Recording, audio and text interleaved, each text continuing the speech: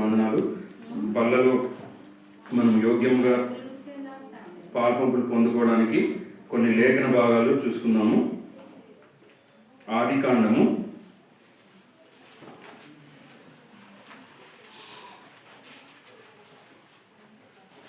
5వ అధ్యాయము 21 నుంచి 24 వరకు అందరం కలిసి చదువుదాం. పేజ్ నంబర్ 4, ఆదికాండం 5వ అధ్యాయము 21 నుంచి 24 వరకు. హనోకు 65 ఏళ్ళు బ్రతికి మెతుషెలెను కనెను. హనోకు మెతుషెలెను కనిన తరువాత 300 ఏళ్ళు దేవునితో నడుచుచు కుమారులను కుమార్తెలను కనెను. హనోకు దినములన్నీయు 365 ఏళ్ళు. హనోకు దేవునితో నడిచిన తరువాత దేవుడు అతన్ని తీసుకొని పోయెను గనుక అతడు లేకపోయెను. ప్రభు సహాయం నిమిత్తం మనం అందరము ప్రార్థన చేసుకుందాం.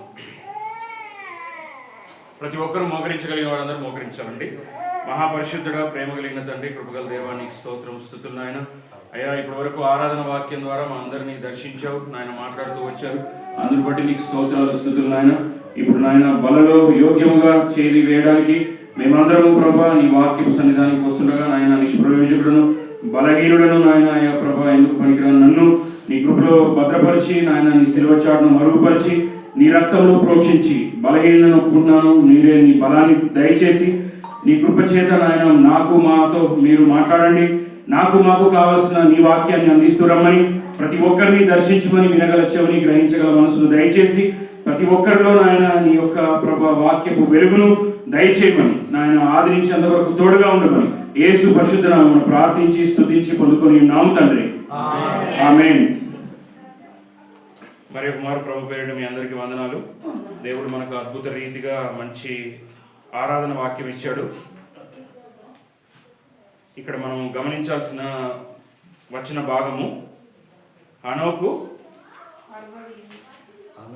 60 ఏళ్ళు బ్రతికి మెతుషెలెను కనెను.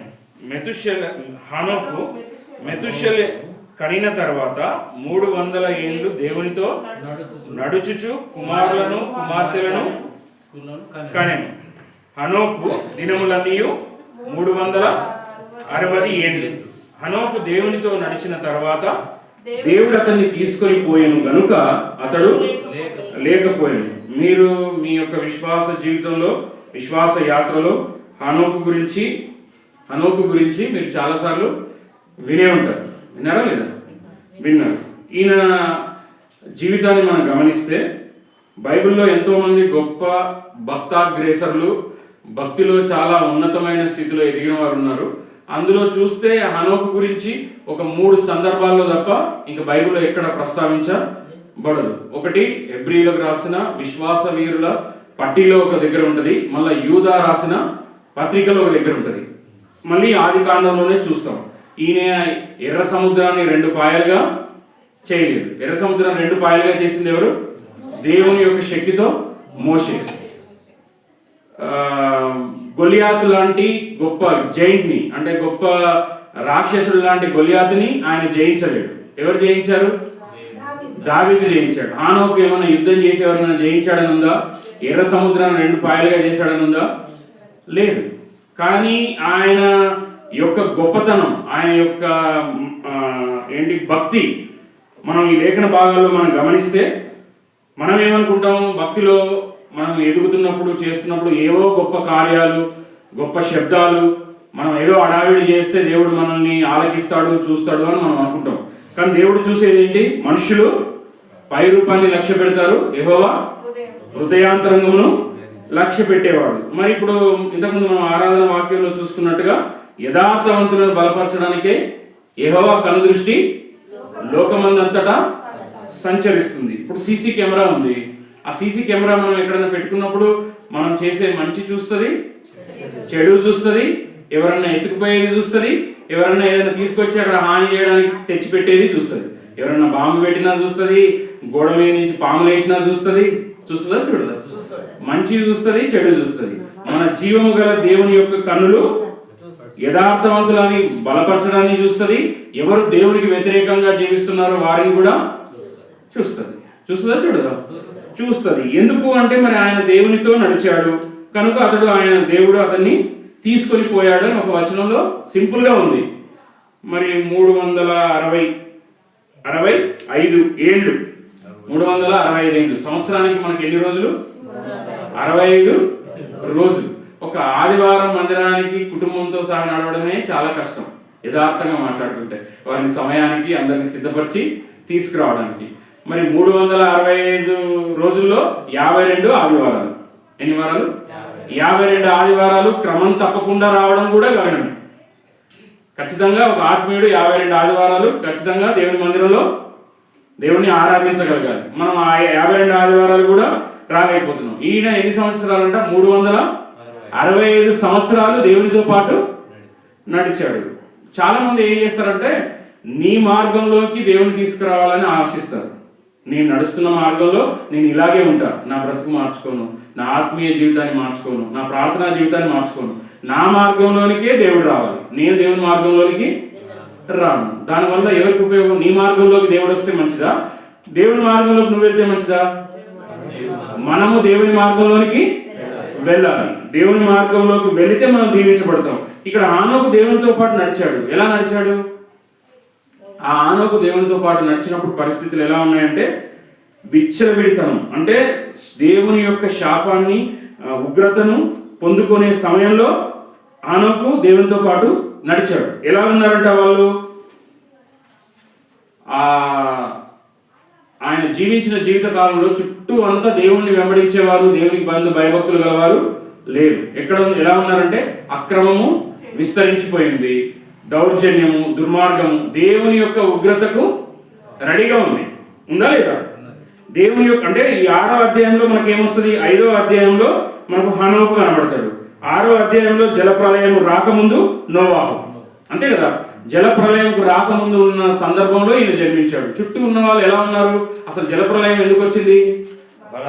బలత్కారంతోనూ పాపంతోనూ నిండిపోయింది. కాబట్టి దేవుడు చూసి మనుష్యుడు అనేవాడిని నామరూపాలు లేకుండా చేద్దాము భూమి మీద అని ఒక్క నోవాహు కుటుంబాన్ని తప్ప, నోవాహు తన భార్య, 3 కుమారులు, 3 కోడళ్ళు, మొత్తం ఎంతమంది? 8 మంది. ఆ 8 మందిని రక్షణ అనే ఓడ ద్వారా వారిని రక్షించగలిగాడు. ఆ రక్షించక ముందు జీవితం మనం హనోకును చూస్తాం. ఎలా ఉందంటే పరిస్థితి? బలత్కారంతో నింపబడి ఉంది, అక్రమము, ఇంకేముంది? దేవునికి ఇష్టంగా కాకుండా తమ ఇష్టానుసారంగా జీవించే ప్రజలు చుట్టూ ఉన్నారు. ఇప్పుడు మనం హైదరాబాద్లో ఉన్నాం, ఫర్ ఎగ్జాంపుల్ ఢిల్లీ ఉంది. ఢిల్లీలో విపరీతమైన పొల్యూషన్ అంట. మన దేశ రాజధాని అయినా కానీ విపరీతమైన పొల్యూషన్. అందుకే మాస్కులు ధరించండి, డిస్టెన్స్ సేమ్ మెయింటైన్ చేయండి, లంగ్ అంతా పాడైపోద్ది అని చెప్తున్నారంట. మరి ఈ పాపిష్టి లోకంలో మనం ఎంత బాగా నడిపినా, ఇప్పుడు డ్రైవింగ్ చాలా మంది ఇక్కడ యవనస్తులు ఉన్నారు, చాలా మంది పెద్దవాళ్ళు ఉన్నారు. మనం ఎంత బాగా నడిపినా ఎదుటి వారు అజాగ్రత్తగా నడిపితే మనం ప్రమాదానికి గురవుతాం ఖచ్చితంగా. దేవుని కాపుదల లేకపోతే ఖచ్చితంగా గురవుతాం. దేవుని కాపుదల అంటే ఎవరు ఎటువంటి అజాగ్రత్తగా నడిపినా మనల్ని దేవుడు ఎలా కాపాడాలో అలా కాపాడుకుంటాడు. అలానే మనం విచ్చలవిడిగా నడపం. ఎందుకు చెప్తున్నానంటే చుట్టూ ప్రజలంతా అక్రమము, అన్యాయము, దౌర్జన్యము, బలాత్కారంతో నిండిపోయిన ప్రాంతంలో ఆయన వారిని వెంబడించవచ్చు. అందరూ నీతిగా జీవించట్లేదు, యథార్థంగా జీవించట్లేదు, ప్రేమగా జీవించట్లేదు, దేవునికి ఇష్టంగా జీవించట్లేదు, నేనేమైనా పైనుంచి దిగొచ్చినానా అని అనుకోలేదు. తన చుట్టూ ఉన్న వారిని చూడలేదు. ఆయన గురి ఎవరి వైపు ఉంది? దేవుని వైపే ఉంది. ఆమోసు 3:3 చూడండి. ఆమోసు గ్రంథము 3వ అధ్యాయం 3వ వచనం. ఆమోసు రాసిన పుస్తకము 3వ అధ్యాయము 3వ వచనం చూడండి. ఏముంటుంది అక్కడ? పేజీ నంబరు 756, 3వ అధ్యాయము 3వ వచనం. సమ్మతింపకుండా ఇద్దరు కూడి నడుతురా. చాలు, సమ్మతింపకుండా ఇద్దరు కూడి నడుతురా. ఇప్పుడు నువ్వు మందిరానికి రావాలి, భార్య భర్త ఇద్దరు సమ్మతిస్తేనే ప్రశాంతంగా మందిరానికి రాగలుగుతాం. సమ్మతించకుండా కూడా వస్తాం, కానీ అసమాధానంతో వస్తాం. అంటే సమ్మతించాలి, కానీ నీవు దేవునితో సమ్మతిస్తేనే నువ్వు దేవునితో పాటు నడవగలవు. ఇప్పుడు హనోకు దేవునితో నడిచాడు, దేవునితో అన్ని విషయాల్లో సమ్మతించాడు. నా చుట్టూ ఉన్నవారు దేవుని వాక్యానికి వ్యతిరేకంగా ఉన్నా, నా చుట్టూ ఉన్నవారు వాక్యానుసారంగా లేకున్నా, అక్రమంగా అన్యాయంగా జీవించిన, నేను మాత్రం దేవునితో సమ్మతించి దేవుని వాక్య ప్రకారమే నడుస్తానని తీర్మానించుకున్నాడు. మరి మన తీర్మానాలు ఎలా ఉన్నాయి? మనం దేవుని వాక్యానుసారంగా జీవించడానికి దేవునితో సమ్మతిస్తున్నామా, లోకంతో సమ్మతిస్తున్నామా? లోకంతో సమ్మతించేవారు వారి మెప్పు కోసము, వారి గొప్ప కోసం ప్రయత్నిస్తారు. దేవునితో సమ్మతించేవారు దేవుని మెప్పు తప్ప వేరే వాళ్ళని కోరుకోరు. వారు పొగిడినా మెచ్చుకున్నా. అందుకే అంటారు, ఎవరన్నా వాక్యం ఉన్నతంగా బోధిస్తే, లేకపోతే వారికి ఏదైనా మంచి పాట నచ్చితే సహజంగా ఏం చేస్తారు? పొగుడుతారు, మెచ్చుకుంటారు. పొగుడుతారు, మెచ్చుకుంటారు. అంతే కదా. ఆ పొగడత మెప్పులు వచ్చినప్పుడు అంట ఏ సేవకులైనా ఏ దాసులైనా ఏమనుకోవాలంటే, అప్పుడు యెరూషలేము వీధిలోకి ఆ యొక్క పస్కా ఆచరించడానికి ఆయన వచ్చినప్పుడు ఏం చేశారు? దేని మీద వచ్చాడు ఆయన? ఈస్టర్ రోజు మనం చేసుకుంటాం కదా, గాడిద పిల్ల మీద వచ్చాడు. వారన్నీ ఓసన్నా చేయమన్నారు. ఆ గాడిద అనుకుందంట, నన్ను కాక అన్నీ వేస్తున్నారు, ఇప్పుడు దాకా నేను ఏం చేయలేను, నేను చాలా ఇప్పుడు గ్రేట్ అని తనలో తాను అనుకుంటుందంట. క్రీస్తును వెంబడించే, క్రీస్తు వాక్యాన్ని పట్టుకున్న ప్రతి ఒక్కరూ గాడితోనే సమానం. అలా నువ్వు ఉంటేనే దేవుని యొక్క సువార్తను ప్రకటించగలవు. నిన్ను మెచ్చుకోవచ్చు, తృణీకరించవచ్చు. దేవుని సేవలో మెప్పు ఉంటుంది, నొప్పి ఉంటుందంట. నొప్పి వచ్చినప్పుడు బాధపడద్దు, మెప్పు వచ్చినప్పుడు కాలరు ఎగిరేయద్దు. నేను గాడిదను క్రీస్తును మోస్తున్నాను అన్నంత కాలం ఆ గాడిద పడిపోదు.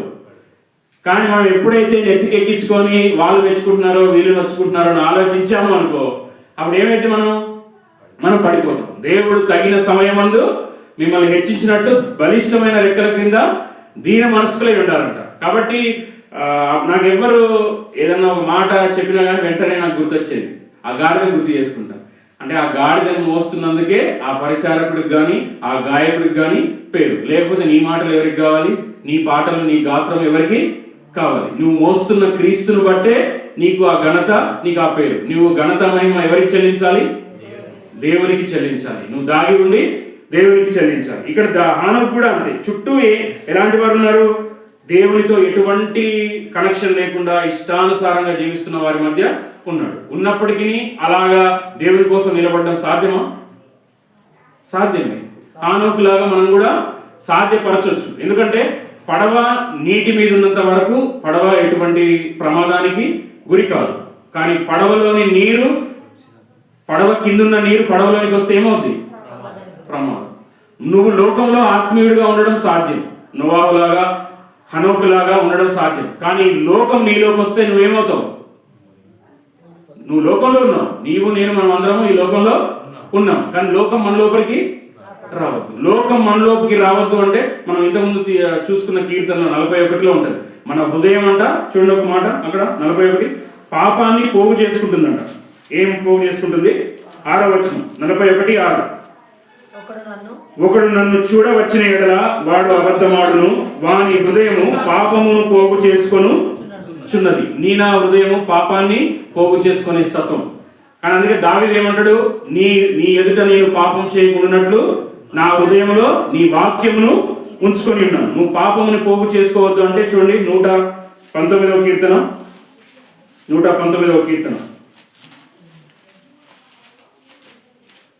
11వ వచనం, పేజీ నంబర్ 515. నీ ఎదుట నేను పాపము చేయకుండానట్లు నా హృదయంలో నీ వాక్యమును ఉంచుకొని ఉన్నాను. ఎవరైతే వాక్యాన్ని హృదయంతో నింపికించుకుంటారో, పాపము వాక్యము, ప్రార్థన వాక్యము పాపము ఒక దగ్గర నిలిచి ఉండలేదు. జాన్ బన్యన్ అనే వ్యక్తి చెప్తాడు, పాపము చేసేవాడు ప్రార్థన చేయలేడు, ప్రార్థన చేసేవాడు పాపము చేయలేడు. ఒకవేళ అలా చేస్తున్నావంటే నువ్వు వేషధారుడివి అని అర్థం. అవి రెండు కలిసి ఉండడం సాధ్యము కాదంట. ఇక్కడ మనం హృదయం పాపాన్ని పోగు చేసుకుంటుందంట. మరి ఆ పాపిష్టి హృదయంలో మనం పాపాన్ని పోగు చేసుకోకుండా ఉండాలంటే మన హృదయం దేంతో నింపుకోవాలి? వాక్యముతో నింపుకోవాలి. చూడండి ఇర్మియా గ్రంథము 17వ అధ్యాయము, ఇర్మియా గ్రంథం 17వ అధ్యాయము 9వ వచనం, పేజీ నంబర్ 642. హృదయము అన్నిటికంటే మోసకరమైనది, అది ఘోరమైన వ్యాధి కలది, దాన్ని గ్రహింపగలవాడు ఎవడు? చాలు. హృదయం ఎలాంటిదంట? మోసకరమైందంట. అది నిన్నే మోసం చేస్తుంది. నువ్వు బాగానే ప్రార్థన చేస్తున్నావు, నువ్వు మందిరానికి వెళ్తున్నావు, చందా చేస్తున్నావు, నీ ఆత్మీయత చాలు, ఇంకా ఎక్కువ స్టాండర్డ్స్ ఏమీ చేయకు. నీ అంత భక్తిపరురాలు, నీ అంత భక్తిపరుడు, నీ అంత తగ్గింపు గలవాడు ఎవడు అని ఎవరిని మోసం చేస్తుందంట? మనల్ని మనమే, మన హృదయమే మోసం చేస్తుందంట. కానీ దేవుని తూకమే కరెక్ట్ తూకం, అంతేనా కాదా? అందుకే ఒక దైవజనుడు అన్నాడు, ఇప్పుడు చాలా మందికి 5 నిమిషాలు ఫాస్ట్గా పెట్టుకున్నారు అనుకోండి వాచ్, ఏమనుకుంటాం వాళ్ళని చూసి? అబ్బా ఎంత ముందు చూపో, ఎంత కరెక్టో అని అనుకుంటాం మామూలుగా.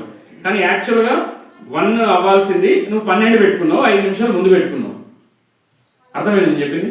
12 నీ వాచ్లో 12 అవుతుంది, నువ్వు 5 నిమిషాలు ముందు పెట్టుకున్నావు. నేనేమనుకుంటున్నా, అబ్బా 5 నిమిషాలు ముందు పెట్టుకున్నాడు, ఈయనకు సమయము అంటే ఎంత ప్రాధాన్యత, ఎంత కరెక్ట్ అని నేను అనుకుంటున్నా. కానీ యాక్చువల్గా అవుతున్న టైం 1 గంట, నువ్వు పెట్టుకుంది 12. అంటే దేవుని లెక్క మన లెక్క వేరే ఉంటుంది. యాక్చువల్గా దేవుని తూకము, నువ్వు ఉండాల్సింది, నువ్వు దేవుడు నీ కొరకు ఆశిస్తుంది ఒక లెక్క, నువ్వు అలా ఉన్నావా? లేవు. మన హృదయం ఏం చెప్తుందంట? మోసకరమైనది, ఘోరమైన వ్యాధి గలవది, దాన్ని గ్రహింపగలవాడు ఎవడు? కానీ మనం దేవుని యొక్క సన్నిధానంలోకి వచ్చినప్పుడు నీ ముఖ కాంతిలో మా రహస్య పాపములు కనబడుతున్నాయి అంటాడు. అంటే నువ్వు దాచినా, లేకపోతే నువ్వు చేసి మర్చిపోయినా, నీకు ఏం కాదులే అని నీకు అలవాటు అయిపోయిన పాపాలు కూడా దేవుని సన్నిధానంలో నీకు దేవుడు తన ఆత్మ ద్వారా బయలుపరుస్తాడు. నీ నిజ స్థితి ఇది, నీ పరిస్థితి ఇది, నీ ఆత్మీయత సరిపోదు, నీ యొక్క ప్రార్థనా జీవితము సరిపోదు. ఎందుకంటే నీ హృదయమే నిన్ను మోసం చేస్తుంది. అలా మోసం చేస్తూ తాను మోసం చేసుకుంటూ ఇతరులను కూడా మోసం చేస్తున్న ప్రజల మధ్య హనోకు ఎవరితో నడిచాడు? దేవునితో నడిచాడు. సమ్మతింపకుండా ఇద్దరు కూడి నడుతారు. ఆయన అన్ని విషయాల్లో దేవునితో సమ్మతించాడు. నువ్వు మరి అన్నిటి విషయాల్లో దేవునితో సమ్మతిస్తున్నావా? మనం పరిశీలన చేసుకోవాలి. ప్రజల్లో వారి యొక్క సంస్కృతిని కానీ, వారి యొక్క అలవాట్లను కానీ ఏమీ పట్టించుకోలేదు. అందుకే రోడ్డు మీద 2 వ్యక్తులు వెళ్తున్నారంట, 2 స్నేహితులు కలిసి వెళ్తున్నారంట. ఒకరు లెఫ్ట్కి వెళ్ళారు, ఒకరు రైట్కి వెళ్ళారు. వారు సమ్మతించి నడిచినట్ట? వాళ్ళకి కావలసినప్పుడు కలుసుకుంటారు, కావలసినప్పుడు వేరే దారిగా వెళ్ళిపోతారు. మనం అన్ని విషయంలో దేవునితో సమ్మతిస్తే మనం దేవునితో ఉంటామా? కొన్ని విషయాలు, ఆదివారం మాత్రం దేవునితో సమ్మతం, సోమవారం నుంచి శనివారం వరకు ఎవరితో సమ్మతం? మనం లోకంతో సమ్మతం. ఈ లోక స్నేహము దేవునితో వైరం. నువ్వు ఎవరైనా సరే దేవుని యొక్క వాక్యము, దేవుని యొక్క స్టాండర్డ్ మారదు. నువ్వు ఒకప్పుడు దేవుని కోసము ఎంత ప్రార్థించినా, ప్రయాసపడ్డా, ఇప్పుడు ఎట్ ప్రజెంట్ నీ ఆత్మీయత సరి లేదంటే దేవుడు ఏం చేస్తాడు? నిన్ను తూకంలో పెట్టి మెనే టేకే ఓ ఫార్సిన్ అన్నాడు. నువ్వు నిన్ను తూకం వేయగా నువ్వు తక్కువగా కనబడ్డు. మనం అందరం ఎవరి తూకంలో కరెక్ట్గా ఉండాలి? దేవుని తూకంలో కరెక్ట్గా ఉండాలి. ఇంతకుముందు అయ్యారు మంచి మాట అన్నారు, మనం మంచి మార్కులతో పాస్ అవ్వాలి. ఈ లోకంలో యవనస్తులు కానీ ఎవరైనా సరే మంచిగా ఉండడానికి, మంచి భక్తులుగా మంచి మార్కులు దేవుని దగ్గర సంపాదించడానికి ప్రయాసపడాలి. ఇక్కడ హానోకు 100% పాస్ అయ్యాడు, డిస్టింక్షన్లో పాస్ అయ్యాడు. ఏంటంటే ఒక అద్భుతం చేయలేదు, ఒక ఆశ్చర్యకార్యం చేయలేదు, అవన్నీ చేస్తేనే నేను దేవుని నమ్ముకుంటాను అనలేదు. తాను తన పిల్లలతో సహా దేవునితో నడిచాడు. అంత ఈజీ కాదు. యవ్వనస్తులు వివాహం కాకముందు దేవునితో నడవడం వేరు, వివాహం అయిన తర్వాత ఏమంటారు? ఎక్కడండి ఫ్యామిలీ అండి, ఫ్యామిలీతో పాటు దేవునితో నడవలేకపోతున్నాను అంటారు. ఇక గర్భఫలం వస్తే పిల్లలండి, పిల్లలతో పాటు ఎక్కడ వాళ్ళని చదువుకొని దేవుని మందిరానికి రావాలి అని అంటే. కానీ మరి ఏమైనా సాకులు చెప్పాడా? తాను పిల్లలతో పాటు తాను పరిగెడుతూనే ఉన్నాడు, తనతో పాటు తన భార్య, తన పిల్లలు కూడా దేవునితో పాటు నడుస్తూనే ఉన్నారు. నువ్వు ఇంటికి ఒక ఆత్మీయుడు అయితే నువ్వు దేవునితో పాటు నడిస్తే నిన్ను బట్టి నీ చుట్టూ ఉన్నవారు కూడా దేవునితో నడిచే విధంగా నీ జీవితము, నీ ప్రవర్తన ఉండాలి. అలా ఉన్నప్పుడే దేవునితో పాటు నువ్వు నడవగలిగిన వ్యక్తిగా ఉంటావు. ఇక్కడ మొట్టమొదటిగా ఆయన ఏం చేశాడు? దుర్మార్గంగా జీవించే వారి మధ్య నడిచాడు. రెండోది, ఆయన వెలిచూపును బట్టి కాక విశ్వాసంతో నడిచాడు. మనం అందరము వెలిచూపును బట్టి నడవద్దంట. వెలిచూపును బట్టి అంటే కనిపించే దాన్ని బట్టి. మరి విశ్వాసంతో నడక అంటే చూడండి, హెబ్రీలకు రాసిన పత్రిక 11వ అధ్యాయం 5వ వచనం. హెబ్రీలకు రాసిన పత్రిక 11వ అధ్యాయము 5వ వచనం, పేజీ నంబర్ 207. విశ్వాసమును బట్టి హనోకు మరణము చూడకుండానట్లు కొనిపోబడను. అతడు కొనిపోబడక మునుపు, ఇది చాలా ఇంపార్టెంట్, కొనిపోబడక మునుపు ఎవరికి ఇష్టంగా ఉన్నాడు?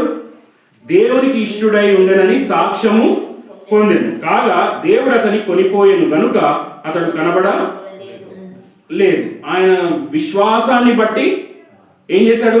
నడుచుకున్నాడు. మరి మనం దేన్ని బట్టి నడుచుకుంటున్నాము?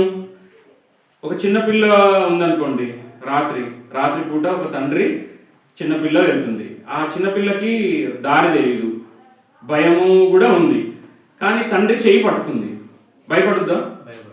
పోనీ ఏడుస్తుందా? ఎందుకు? మరి చుట్టూ అంత చీకటి కదా.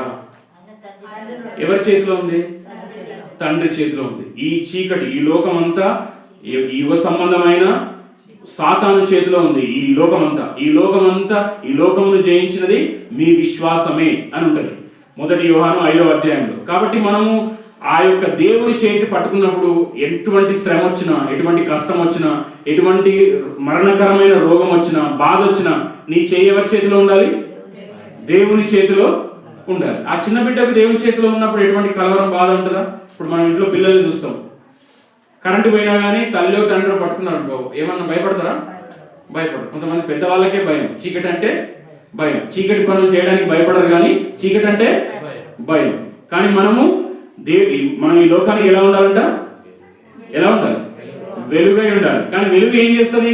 చీకటిని బట్టబయలు చేస్తుంది. వెలుగు కాము ఉంటుందా? చీకటి ఎక్కడైతే ఉందో అప్పుడు వెలుగు ఉందనుకో, ఆ వెలుగు చీకటిలో ఏమేమైతే జరుగుతున్నాయో అది బయలుపరుస్తుంది. కాబట్టి మనకు హానోకు యొక్క జీవితంలో మనం గమనించాల్సిన విషయం ఏంటంటే, చుట్టూ దుష్టులు, దుర్మార్గులు, అన్యాయంగా జీవించే వాళ్ళు, అక్రమంగా దేవునికి ఇష్టం లేకుండా జీవించే వాళ్ళు ఉన్నా కానీ వారి మధ్య దేవునితో పాటు సమ్మతించి నడిచాడు. 2 విశ్వాసాన్ని బట్టి నడిచాడు. మరి ఆయన పని ఏం చేసుకోకుండా ఉండేవాడా? హనోకు ఏదో ఒకటి పొట్టకూటి కొరకు పనిచేసేవాడు కదా. తాను చేస్తున్న పని స్థలంలో, తాను ఉంటున్న ఇంటి దగ్గర, గృహంలో. మరి అప్పుడు ఆ హనోకు దేవునితో అలా నడవడానికి, విశ్వాసంతో నడవడానికి ఆయన బలపరిచే పాస్టర్ కానీ, బైబిల్ కానీ, సావాసం కానీ ఏమన్నా ఉందా? పరిశుద్ధ గ్రంథం ఉందా? మరి నీకు పరిశుద్ధ గ్రంథం ఇచ్చి ప్రార్థన ఎలా చేయాలో నీకు తెలిసి నువ్వు అయినా దేవునితో నడవలేకపోతున్నావు అని అంటే మనకంటే ఎన్ని రేట్ల ఉన్నతమైన భక్తి అది, అవునా కదా? అంటే నీకు పరిశుద్ధ గ్రంథం ఉంది, నీకు ఎలా ప్రార్థన చేసుకోవాలో ఉంది, ఎలా సావాసం చేయాలో ఉంది. హనోకేం లేదు. విశ్వాసాన్ని బట్టి దేవుడు నన్ను, ఆయన యథార్థంగా ఆయన పట్టుకొని జీవిస్తే నన్ను నడిపిస్తాడు అని ఒకే ఒక్క ధైర్యంతో ముందుకెళ్తున్నాడు. ఎటువంటి అద్భుతాలు కానీ, ఆశ్చర్య కార్యాలు కానీ నా జీవితంలో జరిగినాయి అని ఏమన్నా ఉందా ఆయన జీవితంలో? నేను అవన్నీ ఉంటేనే దేవుడిని వెంబడిస్తా, నాకు అద్భుతాలు, ఆశ్చర్య కార్యాలు జరగాలి. కానీ దేవుడు చెప్పినట్టు మాత్రం పొరపాటులో కూడా ఉండదు. ఎట్లా జరుగుతాయి అద్భుతాలు, ఆశ్చర్య కార్యాలు? నా జీవితంలో అద్భుతాలు, ఆశ్చర్య కార్యాలు జరగకపోవడానికి కారణం మనం ఇంతకుముందు వాక్యంలో సెలవిచ్చినట్టుగా మనం ఆయన వాక్యానుసారంగా జీవించకపోవడం. ఎందుకంటే ఆయన నిన్న నేడు ఏకరీతిగా ఉన్న దేవుడు. ఆయనలో పస తగ్గలేదు, బలం తగ్గలేదు, ఎటువంటి మార్పు లేదు. అదే శక్తి, అదే బలము, అదే పవర్ ఆయనలో ఉంది. కానీ ఆయన శక్తిని పొందుకునేంతటి ఆత్మీయత మనకు లేదు. అది మనం హృదయపూర్వకంగా గ్రహిస్తే మనము హనోకు వలె దేవుని యథార్థంగా వెంబడించవచ్చు. ఆయన వెలుచూపును బట్టి కాక ఎలా యథార్థంగా వెంబడించాడు అంటే, దేవుడు ఉన్నాడని నిజంగా నమ్మాడు. నమ్ముతున్నావా? దేవుడు ఉన్నాడు, ఇప్పుడు నేను ఈ మందిరంలో కూర్చునేది కూడా కల్లారా ఆయన చూస్తున్నాడు అని నమ్ముతున్నావా? నమ్మాలి. మనం ప్రతిదీ చూసి నమ్ముడవ కంటే చూడక నమ్మువారు ధన్యులు అన్నారు. మనం ఈ లోకం అంతా చూస్తే నమ్ముతాడు.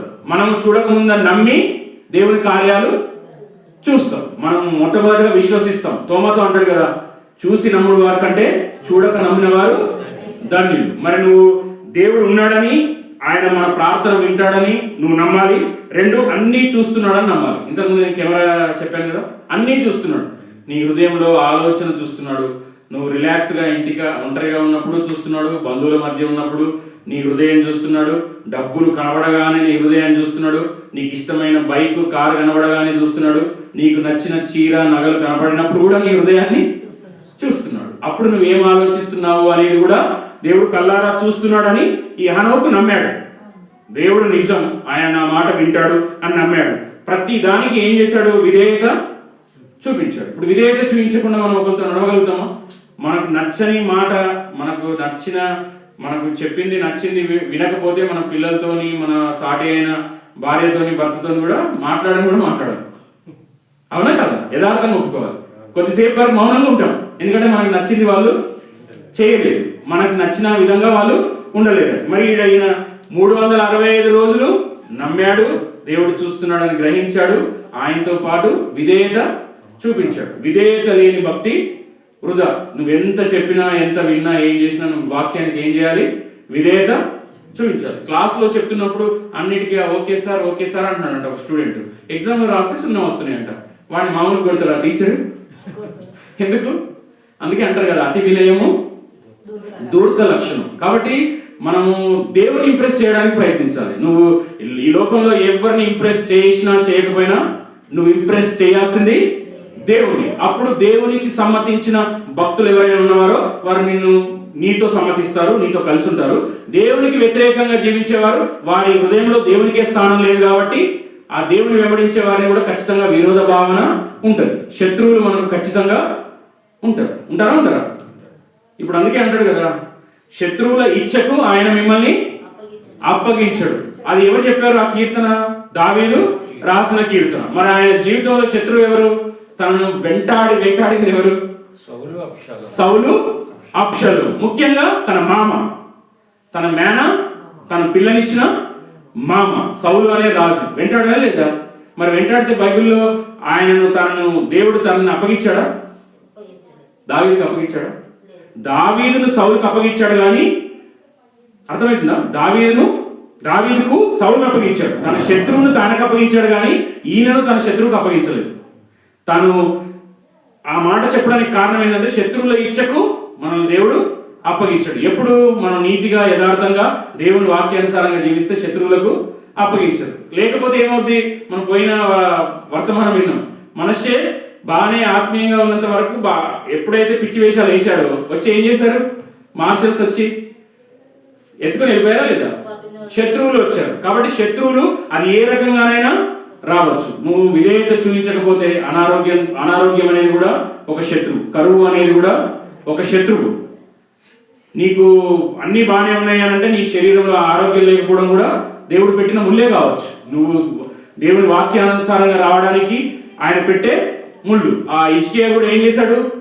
నా యొక్క యథార్థమైన హృదయాన్ని, నా యొక్క జీవితాన్ని ఒక్కసారి జ్ఞాపకం చేసుకొని కన్నీళ్లు విడిచుచు ప్రార్థన చేశాడు. ప్రార్థన చేసినప్పుడు ఆయుష్కాలం ఏం పొడిగించబడిందా లేదా? పొడిగించబడింది. అది దేని వల్ల సాధ్యము? మనం ఎప్పుడైతే విధేయతతో ఎక్కడైతే పడిపోయామో, ఎక్కడైతే తప్పు దొరికిందో దాన్ని వెంటనే సరి చేసుకుంటూ విధేయతకు వస్తే దేవుడు ఖచ్చితంగా మనల్ని కూడా దీవిస్తాడు. నెక్స్ట్ ఆయన ఇక్కడ చూడండి 11వ అధ్యాయము 5వ వచనం అందరూ చదవాలి. విశ్వాసమును బట్టి హనోకు మరణము చూడకున్నట్లు కొనిపోబడెను. అతడు కొనిపోబడక మునుపు చాలు దేవునికి ఇష్టడై ఉండనని సాక్ష్యం పొందెను. మరి నువ్వు దేవునికి ఇష్టంగా ఉండాలని ప్రయత్నిస్తావా? ఎక్కడికైనా వెళ్ళినా, నువ్వు ఉద్యోగంకి వెళ్తున్నావు, నీ ఉద్యోగంలో దేవుడికి ఇష్టంగా ఉంటావా? నీ ముందున్న బాస్కు ఇష్టంగా ఉంటావా? నువ్వు మందిరానికి వచ్చావు, నీ ముందున్న సేవకుల్ని ఇంప్రెస్ చేయడం నీ ముఖ్య గురియా, లేకపోతే దేవుడిని ఇంప్రెస్ చేయడానికి నువ్వు ప్రయాసపడతావా? నువ్వు ఎవరికి ఇష్టంగా ఉంటావు? నువ్వు గృహంకి వెళ్తావు, గృహంలోకి వెళ్ళిన తర్వాత పిల్లలకు కొన్ని ఇష్టాలు ఉంటాయి, భార్యకు కొన్ని ఇష్టాలు ఉంటాయి, నీ బంధువులకు కొన్ని ఇష్టాలు ఉంటాయి. వారి ఇష్టాలన్నీ మనల్ని ఏం చేస్తారు? బలవంతంగా వృద్ధిస్తారు. నువ్వు మందిరానికి రాకుండా వారికి ఆదివారం నేను ఎక్కడికెక్కడికో తీసుకెళ్లాలని ఉంటుంది. మరి నీ ఇష్టం దేవుడి మీద ఉంటే నువ్వు ఎక్కడికి వస్తావు? మందిరానికి వస్తావు. వీలైతే వారిని కూడా తీసుకొస్తావు. నెహెమ్యా అంటాడు, నేను దిగను, అయితే వారిని నీ వైపు తిప్పాలి కానీ నువ్వు వారి వైపు తిరగొద్దు అని ఉంటుంది ఇర్మియా గ్రంథంలో. మనం వాక్యానుసారంగా పట్టుకున్నప్పుడు, ఈ వాక్యం అనే జీవగ్రంథం పట్టుకున్నప్పుడు ఈ వాక్యపు వెలుగు వైపుకు అనేకులను తిప్పాలి కానీ చీకటి వైపు నువ్వు తిరగడానికి వీలు లేదు. ఎందుకంటే నువ్వు పట్టుకుంది జీవము గల దేవుని పట్టుకున్న నీవు అనేకులను మరణంలో నుంచి, శాపంలో ఉన్న వారిని నీ వైపు తిరగాలి. నీ స్టాండర్డ్లోకి వారు రావాలి కానీ వారి స్టాండర్డ్లోకి నువ్వు దిగజారి పోవద్దు. మనం దిగజారిపోతే ఆత్మీయతలో పడిపోతాం. ఆత్మీయతలో పడిపోయినప్పుడు దేవునికి దగ్గర నుంచి దీవెనలకు బదులుగా సాతాను యొక్క శ్రమలకు, సాతాను పెట్టే శోధనలకు మనము లొంగిపోవాల్సి వస్తుంది. ఇక్కడ ఆయన దేవునికి ఇష్టంగా నడిచాడంట. మనం అందరము ఎవరికి ఇష్టంగా నడుస్తున్నాము? యథార్థంగా చెప్పాలి, మనము దేవునికి ఇష్టంగా నడుస్తున్నామా? లేకపోతే సాతానుకు ఎవరైతే గుర్తుపెట్టుకోవాలి, ఇటు జాగ్రత్తగా వినండి, సాతానుకు యాంటీగా ఉన్న వాళ్ళు ఎవరైనా సరే, సాతానుకు ఇష్టం లేని సాతానికి ఇష్టమైన పనులు, వాడు మన జీవితంలో చేయాలనుకున్న పనులు ఏవైనా మనం చేయకుండా నిలబడ్డాము అంటే వాడు ఖచ్చితంగా మనకి ఏం శత్రువే అవుతాడు. మనకు సాతాను శత్రువు అయితే ఉపయోగం లేదు, కానీ మనం పొరపాటున కూడా దేవునికి శత్రువులుగా మారదు. ఈ లోక స్నేహము దేవునితో వైరము. నాకు లోకమే వద్దు, ఈ లోకమంతా నేను పెట్టగా ఎంచుకున్నాను, వెనుకున్న వాటిని మరిచి ముందున్న క్రీస్తు కొరకే పరిగెడుతున్నాను అంటాడు. అంటే ఈ లోకం కానీ నిన్ను ఆత్మీయతలో నుంచి పాడు చేసే ఫ్రెండ్ అయినా ఉద్యోగం అయినా ఏదైనా నువ్వేం చేయాలి? దేవుని కోసం వదిలేసుకోవాలి. అంతకుముందు కూడా నేను చెప్పాను, నేను వైన్ షాప్లో జాబ్ చేస్తానండి, జాబ్ లేదు అని ఒక యవనస్తుడు అడుగుతున్నాడు. నువ్వు ప్రార్థన చేస్తే దేవుడు బొచ్చెడు ఉద్యోగాలు ఉన్నాయి. ఆకాశ పక్షుల్ని పోషించే దేవుడు నిన్ను వైన్ షాప్లో పెట్టి పోషించాడు. కాబట్టి నువ్వు అడగాల్సిన అవసరం లేదు. నువ్వు వాక్యం చదివే వ్యక్తి అయితే నువ్వు ఎక్కడ ఉద్యోగం చేయాలి, ఎక్కడ ఉద్యోగం చేయొద్దో నీకు దేవుడు తెలియజేస్తాడు. కాబట్టి ఏముంది, ఆయన అంట చుట్టూ ఎంతమంది ఉన్నా కానీ వాళ్ళ ఇష్ట ప్రకారంగా జీవించినట్టు లేదు. మరి నువ్వు ఉద్యోగం చేసే చోట వారికి ఇష్టంగా ఉంటూ ఎమ్మతం సమతం లాగా ఎక్కడికి వెళ్తే వారిని ఇబ్బంది పెట్టొద్దని, ప్రతి చోట నువ్వు వారిని ఇబ్బంది పెట్టొద్దని తలిచినప్పుడల్లా ఒక వ్యక్తి బాధపడతాడు. నువ్వు కాంప్రమైజ్ అవ్వాల్సి వస్తుంది, రాజీ పడతావు, అంతే కదా. నువ్వు ప్రార్థన చేసుకోవాల్సిన సమయం ఉంది, ప్రార్థన చేసుకోవట్లేదు. ఎవరో ఏదో ఒకళ్ళు బంధువులు వచ్చారు, ఎక్కడికో వెళ్దామన్నారు, అప్పుడు నీ విలువైన సమయం పోయింది.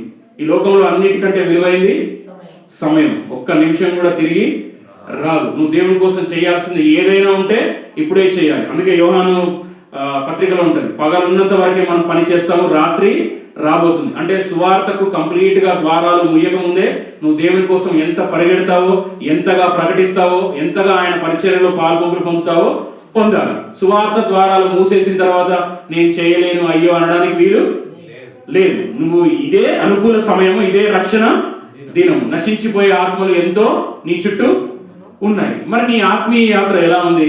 హనోకు అయితే దేవునికి ఇష్టంగా జీవించాలని ఆశపడుతున్నాడు. దేవునికి ఇష్టం ఏంటి? నశించిపోయే ఆత్మలను రక్షించడం దేవునికి ఇష్టం. సర్వజనులకు వెళ్ళి మీరు శిష్యులుగా చేయండి. నువ్వు క్రీస్తుతో పాటు నడవాలి, అనేకులు నీ వైపు తిప్పుకొని క్రీస్తు వైపుకు తిప్పి వారిని శిష్యులుగా చేయాలి. మరి నువ్వు ఎవరి వైపు తిప్పుతున్నావు? నువ్వు ఎవరి వైపు తిరుగుతున్నావు? నువ్వు ఎవరి వైపు తిప్పుతున్నావు?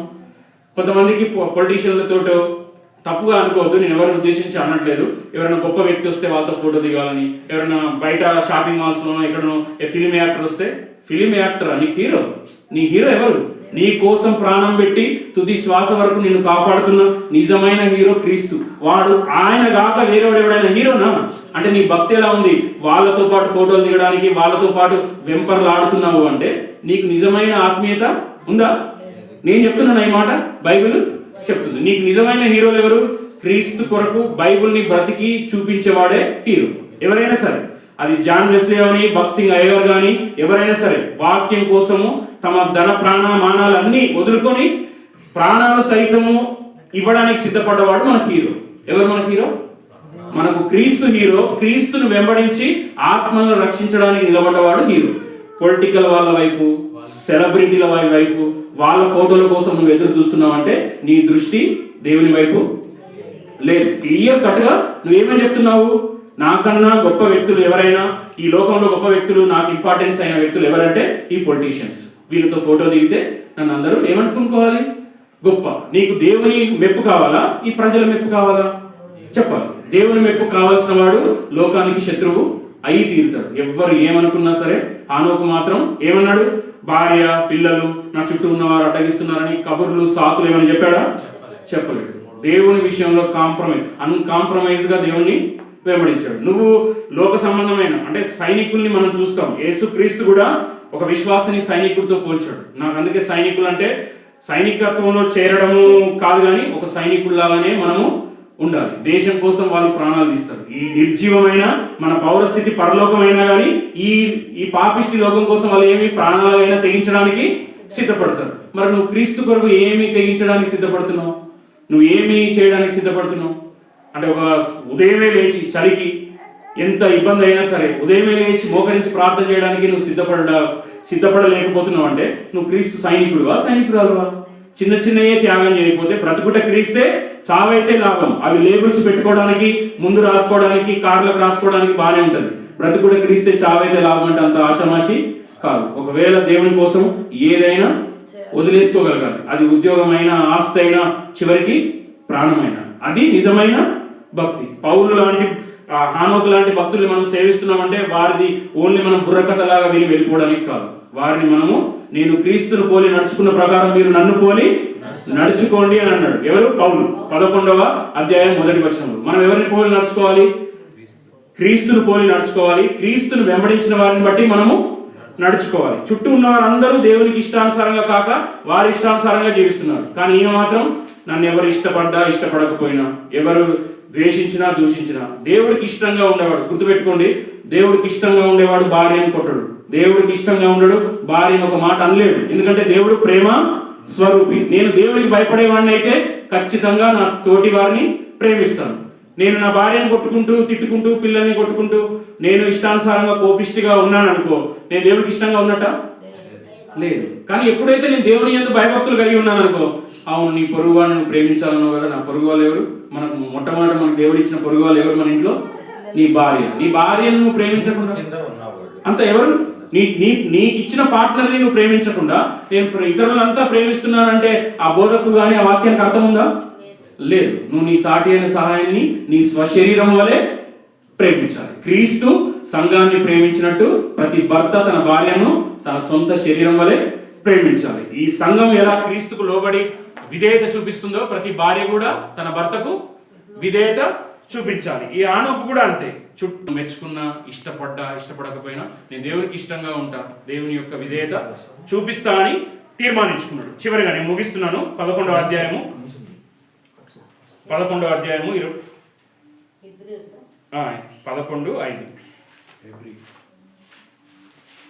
హెబ్రీ 11:5 విశ్వాసమును బట్టి చదవాలండి అందరూ. విశ్వాసమును బట్టి హనోకు మరణము చూడకుండానట్లు కొనిపోబడెను.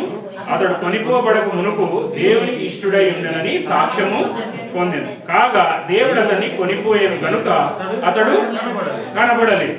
మరణం చూడకుండా పోయిన వారు బైబిల్లో ఇంకా ఎవరున్నారు?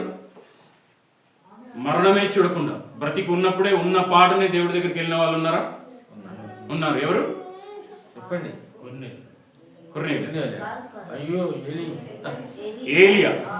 ఏలియా అగ్ని రథాల్లో నుంచి బ్రతికి ఉన్నప్పుడే కొనిపోబడ్డ వ్యక్తులు యేసుక్రీస్తు కాక బైబిల్లో ఇద్దరు. ఒకటి హానోకు, 2 ఏలియా. వారి యొక్క ఆత్మీయ జీవితం ఎలా ఉందంటే మరణం అనేదే చూడలేరంట. మరి దావీదుకుందా ఆ ధన్యత? మోషేకుందా? పాత పెట్టాడని ఉంది కానీ మరణం చూడలేడని లేదు. కానీ దేవునితో నువ్వు నడిస్తే ఎవరు మెచ్చుకున్నా మెచ్చుకోకపోయినా దేవుడు మెచ్చుకుంటాడు. మరణమే చూడకుండా పరలోకం వెళ్ళడం అది మామూలు విషయమా? అంటే అది దేనికి సాదృశ్యం అంటే ఎత్తబడడానికి సాదృశ్యం. దేవుడు ఒకవేళ నిన్ను నన్ను హనోకులాగా తీసుకుందామంటే నువ్వు సిద్ధంగా ఉన్నావా? ఇప్పుడు ఉన్న పలంగా నేను తీసుకుంటే నువ్వు ఎక్కడికి వెళ్తావు? చెప్పగలరా? మీ గుండె చేసుకొని నేను ఇప్పుడు ఉన్న నా ఆత్మీయ స్థితిని బట్టి నేను పరలోకం దేవుని దగ్గరికి వెళ్ళగలను అని చెప్పగలరా? చెప్పలేకపోతే మనం పరిశీలన చేసుకోవాల్సిన సమయం ఇది.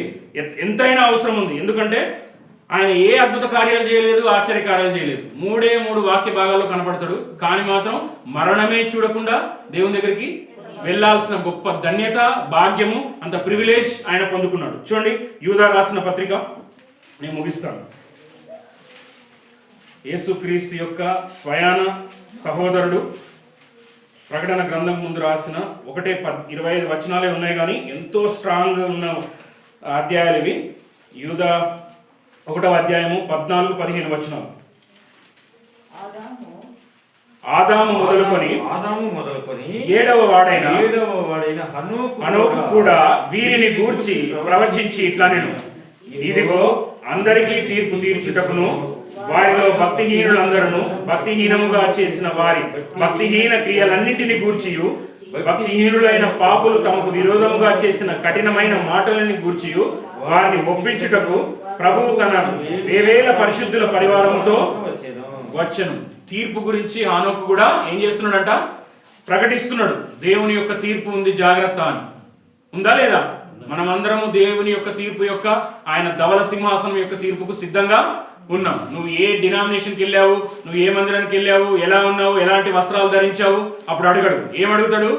నువ్వు గొర్రె పిల్ల రక్తంలో కడగబడ్డావా, వాక్యానుసారంగా నాతో జీవించావా, ప్రజలను మిస్ మ్యాచ్ చేసి వాళ్ళ ముందు నటించావా? నిజమైన ఆత్మీయుడు అని చూసేది ఎవరు? దేవుడు. అప్పుడు దేవుడు అంటే మనం తీర్పులోనికి తెచ్చినప్పుడు అవి మంచియే గాని చెడ్డయే గాని ఏం చేస్తాడంటే దేవుడు తీర్పులోనికి తీసుకొస్తాడు. కాబట్టి మనము ప్రతి నిమిషం నీకు ఇచ్చిన నీ సొంత రక్షకులను భయముతోను వణుకుతోను కాపాడుకోమన్నాడు. మనకి ఇచ్చిన ప్రశస్తమైన రక్తము ఉట్టి మామూలు ద్రాక్ష అంటే మామూలు వ్యక్తులు ఎడ్ల గొడ్ల వల్ల చిందించబడిన రక్తం కాదు, నిర్దోషమును నిష్కలంకమైన గొర్రెపిల్ల రక్తంలో కడగబడిన వారు అంట. ఆ యొక్క రక్తం ఎలాంటిదంట అంటే ఎటువంటి పాప బీజము గాని పాపము లేని రక్తం. ఆ రక్తము చిందించబడ్డ నువ్వు నీ రక్షణను దేవుడు కాపాడాలని ఆశపడుతున్నాడు. మరి నువ్వు ఇన్ని సంవత్సరాలు అయిపోతుంది, 2025 అయింది, మనము 3వ ఆదివారం కూడా వచ్చేసాము. మరి నీ జీవితం ఎలా ఉంది? నిన్ను నువ్వు పరిశీలన చేసుకో. నీవు దేవునితో నడుస్తున్నావా, లేకపోతే ఓన్లీ క్రిస్టియన్స్ అనే పేరు ముసుగుతో నడుస్తున్నావా? క్రైస్తవుడుగా నడవడం వేరు, క్రైస్తవుడు అనబడుతున్నట్టు నడవడం వేరు. అంటే నిజంగా క్రీస్తుని వెంబడించడం వేరు, క్రీస్తుని నటిస్తున్నట్టుగా బైబిల్ పట్టుకొని యాక్షన్ చేయడం వేరు. ఒకసారి నీ యొక్క జీవితాన్ని నీవు పరిశీలన చేసుకో. 2, నీవు దేవునికి ఇష్టంగా ఉన్నావా, నీ ఇష్టానుసారంగా జీవిస్తున్నావా, లేకపోతే లోకపరంగా ఇష్టంగా జీవిస్తున్నావా? మనందరం ఎవరికి ఇష్టానుసారంగా జీవించాలి? దేవుని ఇష్టానుసారంగా జీవించాలి. నిన్ను నన్ను పుట్టించినందుకు నా పట్ల దేవునికి ఒక ప్రణాళిక, ఒక ఉద్దేశము ఉంది. అందుకే ప్రతి యవనస్తుడు రాసుకోవాలి, క్రీస్తు యేసు చేత దేని చేత నేను పట్టబడితేనో దాన్ని పట్టుకోవడానికే నేను పరిగెడుతున్నాను అన్నాడు. అంటే నిన్ను నన్ను పుట్టించడానికి ఒక కారణము, ఒక ఉద్దేశము ఉంది. నిన్ను రక్షించుకున్నాడు అంటే ఒక ఉద్దేశం ఉంది. ఆ ఉద్దేశం నువ్వు ఎంత త్వరగా కనుక్కుంటే అంత మంచిది. అది దేని ద్వారా వస్తుందంటే మోకాళ్ళ మీద ప్రార్థన, మోకాళ్ళ మీద వాక్యం చదివితే దేవుడు నిన్ను ఎందుకు రక్షించాడు, నీ పట్ల ఆయనకున్న ఉద్దేశము, నీ పట్ల ఆయన కలిగి ఉన్న వాగ్దానం ఏంటో అది మనం ఈ December 31 తీసుకోవడానికి నేను తప్పనట్లేదు. దేవుని యొక్క వాగ్దానాలన్నీ మనవే. కానీ నువ్వు వ్యక్తిగతంగా మోకరించి నీ పట్ల దేవుని యొక్క ఉద్దేశం ఏంటో కనుక్కోవాలి. అందుకే అంటాడు కదా, క్రీస్తు దేని చేత నేను పట్టబడుతున్నో దాన్ని పట్టుకోవడానికి నేను పరిగెడుతున్నాడు. పౌలు ఎందుకు పట్టబడ్డాడు? ఆయన కొరకు శ్రమలు, నిందలు, బాధలు అనుభవించి సువార్త ప్రకటించడమే నాకు ముఖ్య విధిగా ఉంది. అందుకే ఆ దమస్కు మార్గంలో ఏదైతే దేవుడు ఆయనను ఎన్కౌంటర్ చేసి దర్శిస్తాడో చివరి శ్వాస వరకు అదే కాపాడుకొని తలైన పోగొట్టుకున్నాడు, కానీ ఏనాడు మాత్రం ఆగలేదు. చెరసాల్లో ఉన్నా ఆనందించుండి అన్నాడు, మరలా చెప్పుదును ఆనందించుడి. చెరసాల్లో ఉన్నవాడు ఇప్పుడు చెప్పే మాటలు కావవి. ఆ పత్రికలు చదువుతుంటే అనిపిస్తుంది, అంటే ఆ భక్తులు ఎన్ని చేశారు వాళ్ళ గురించి ధ్యానిస్తున్న మనం క్రీస్తు కొరకు ఏమీ చేయలేక ఓన్లీ మనము మాటల భక్తిగా ఉన్నామేమో మనల్ని మనము పరిశీలన చేసుకోవాలి. చివరిగా నువ్వు ఇప్పుడు సిద్ధంగా ఉన్నావా? నీవు నేను ఆయన ఒకటే మాట అన్నాడు, దేవుడు కఠినమైన తీర్పు తీరుస్తాడు. ఖచ్చితంగా ఆయన మీకు లెక్క అప్పగించే సందర్భం వస్తుంది. దేవుని దగ్గర మీరు మాట్లాడిన ప్రతి మాట, మీరు చేసిన ప్రతి క్రియ ఎవరి లెక్క, ఎవరి తూకంలోకి వస్తుంది? నీ ముందు నీ పరిచారకుడు చూడకపోవచ్చు, నీ భార్య చూడకపోవచ్చు, నువ్వు ఎవరో చూస్తే ప్రార్థన చేయడం కాదు, ఎవరు చూసినా చేయకపోయినా నువ్వు ప్రార్థన చేయాలి. నువ్వు కనిపిస్తే. అందుకే హడ్సన్ టైలర్ అనే భక్తుడు ఉన్నాడు, చైనా ఇన్లాండ్ మిషన్ స్థాపించాడు, మంచి దైవజనుడు.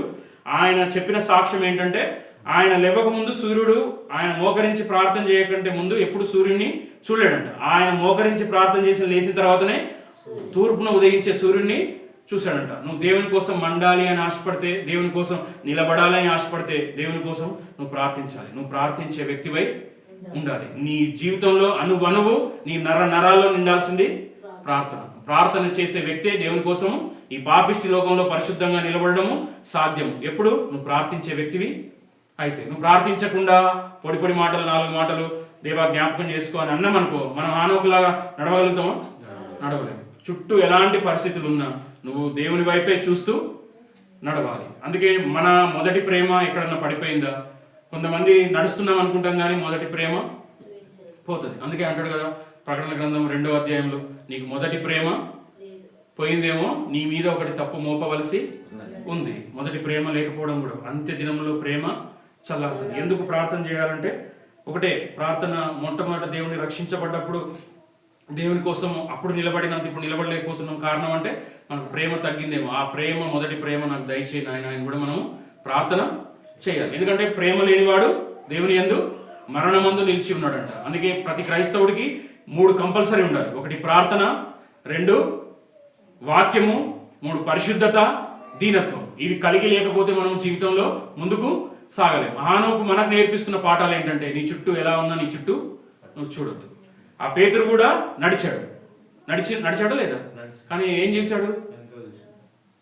ఎగిరి పడుతున్న అలలను చూశాడు. లోకం నిన్ను భయపెట్టొచ్చు, నువ్వు దేవుని కోసం నిలబడితే. లోకాన్ని మాత్రం ఎట్టి పరిస్థితుల్లో చూడొద్దు. ఆ లోకాన్ని కంట్రోల్ చేసే దేవుణ్ణి చూడాలి. నీ కాలగతులు ఎవరి వశంలో ఉన్నాయి? దేవుని వశంలో ఉన్నాయి. ప్రతి అధికారం ఎవరి వలన కలుగును? దేవుని వలన కలుగును. ఈ లోకంలో ఉన్న ఏ అధికారి కన్నా పెద్ద అధికారము దేవుని దగ్గరనే ఉంది. నీకున్న ఎమ్మెల్యే 5 సంవత్సరాలే ఉంటాడు, నీకున్న పిఎం ఒక 5 సంవత్సరాలు ఉంటాడు. ఏ అధికారైనా, ఏ ఐపీఎస్ అయినా, ఎవరైనా వారికంటే మించిన అధికారం ఎవరికి ఉంది? దేవునికి ఉంది. కాబట్టి దేవునికి లోబడి దేవుని చిత్తము చేసేవారు నిరంతరం నిలుస్తారు. కనుక హానోకు జీవితాన్ని మనం ముందుకు పెట్టుకోవడానికి కారణం ఏంటంటే, నేను దేవునితో నడుస్తున్నానా లేకపోతే లోకంతో నడుస్తున్నానా? దేవుని అందుకే పేతురు రాసిన పత్రికలో ఉంటుంది, నేను రిఫరెన్స్ చూపిన కానీ ఆయన మన కొరకు తన అడుగు జాడల్ని వదిలి వెళ్ళాడంట. మనం కూడా ప్రతి దినము ఎవరితో పాటు నడవాలి?